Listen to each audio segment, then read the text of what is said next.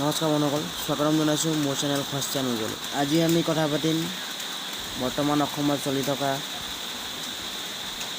Dish গেমৰ বিষয়ে। 13 June তাৰিখে বেয়া ল'ৰাই এটা ডিছ ট্ৰেকত ৰাজবীৰ, MC চেম, চাইকো গেং আৰু 99ক ডিছ কৰিছিলে।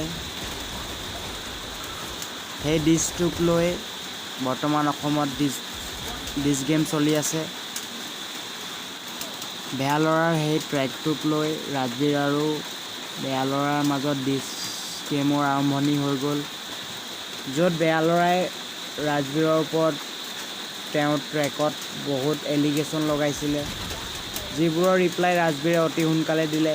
তাৰপিছত বেয়া ল'ৰাই গেদা পাৰ্ট 2 লৈ আকৌ ৰাজবীৰৰ ডিছ ট্ৰেকৰ ৰিপ্লাই কৰিলে, য'ত বেয়া ল'ৰাই ৰাজবীৰক লগত ডিছ গেম খেলি থাকিবলৈ আৰু সময় নাই বুলি ৰিপ্লাই কৰিছে।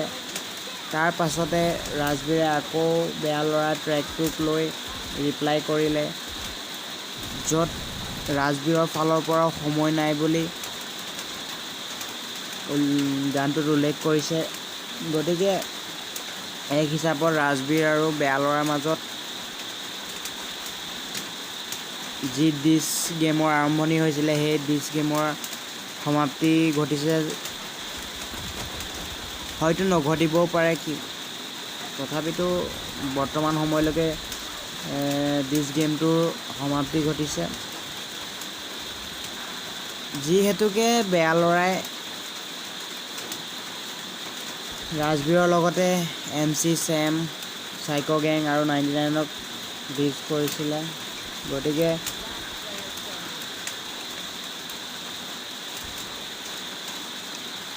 চাইকো গেঙেও তাৰ ৰিপ্লাই কৰিলে, য'ত বেয়া ল'ৰাক হাঁহৰ দৰে পেক কৰি থাকো বুলি কৈছে। ডাইৰেক্ট ফ্ৰী কিক দিছে চাইকো গেঙে বেয়া ল'ৰাৰ ওপৰত। ইয়াৰ ৰিপ্লাই কি হ'ব সেইটোতো বেয়া ল'ৰাই জানে কেনেকৈ ৰিপ্লাই কৰে। তথাপিতো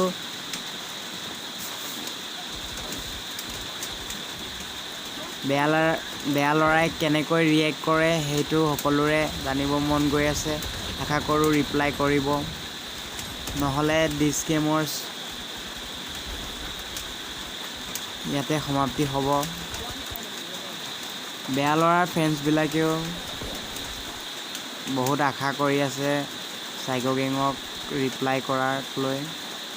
গতিকে আশা কৰোঁ সোনকালে নতুন ডিছ ট্ৰেক শুনিব পাম বেয়া ল'ৰাৰ ফালৰ পৰা। বেয়া ল'ৰাই চাইকো গেঙক ৰিপ্লাই দিব নালাগে নে লাগে, আপোনালোকে কমেণ্ট কৰি জনাব।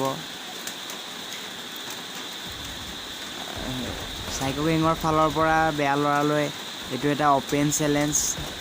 বেয়া ল'ৰাই কেনেকৈ ৰিয়েক্ট কৰে সেইটো বেয়া ল'ৰাই জানিব। আশা কৰোঁ বেয়া ল'ৰাই ৰিয়েক্ট কৰিব। I am ৱেইটিং bro', all friends R ৱেইটিং for your new dish track against psycho gang. Year next আহিলে MC চেমৰ বৰ্তমানলৈকে বেয়া ল'ৰাৰ ট্ৰেকৰ ওপৰত একো ৰিপ্লাই অহা নাই। আশা কৰোঁ অতি সোনকালে আহিব, কিন্তু 99এ বেয়া ল'ৰাক ৰিপ্লাই কৰিছে।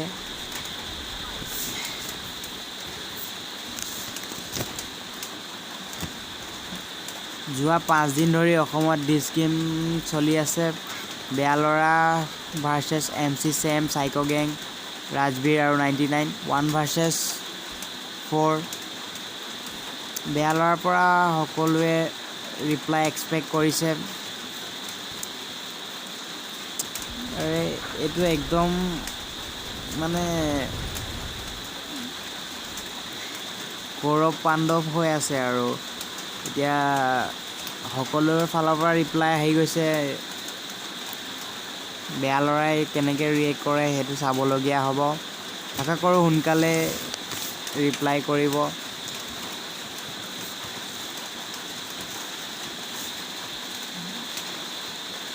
অসমতো ডিছ গেম হ'ব পাৰে বুলি আশা কৰা নাছিলে বহুতে। তথাপিতো বহুত দিনৰ পিছত আকৌ ডিছ গেম আৰম্ভ হ'ব ল'লে। গতিকে ইয়াৰ সমাপ্তি হ'ব নালাগে, সোনকালে হওক আৰু অলপ ডিছ গেম চলক, তাৰে আশা কৰিছে ফেনবিলাকে। ডিছ গেম চলিলেহে আছামিছ হিপ হপ অলপ গৰম হ'ব। আশা কৰোঁ সোনকালে ৰিপ্লাই পাম। ইয়াৰ লগতে বেয়া ল'ৰাই থৰকা চুটি নামৰ ফাৰ্ষ্ট ট্ৰেক এটা ৰিলিজ দিছে তেওঁলোকৰ নিউ EP মচলাৰ পৰা। গতিকে আজিলৈ ইমানে। ভিডিঅ'টো চোৱাৰ বাবে ধন্যবাদ। যদিহে আপোনালোকে এনেদৰে ইউটিউব কমিউনিটি আৰু অন্য ছ'চিয়েল মিডিয়া প্লেটফৰ্মসমূহৰ ইণ্টাৰেষ্টিং নিউজ পাই থাকিব বিচাৰে তেনেহ'লে চেনেলটো ছাবস্ক্ৰাইব কৰি ঘণ্টাটো বজাই লওক। যদিহে ভিডিঅ'টো চাই ভাল পালে তেনেহ'লে লাইক কৰক, যদিহে বেয়া পালে কমেণ্ট কৰক। যদিহে আপোনালোক বেয়া ল'ৰা, ৰাজবীৰ, 99, MC চেম আৰু চাইকো গেঙৰ ফেন্স হয় তেনেহ'লে ভিডিঅ'টো শ্বেয়াৰ কৰক, যাতে আৰু অনুৰাগীয়ে ভিডিঅ'টো পায়। আপোনালোকে কি ভাবে কমেণ্ট কৰি জনাব। অসমত ডিছ গেম হ'ব লাগে নালাগে। গতিকে আজিলৈ ইমানে। জয় আই অসম।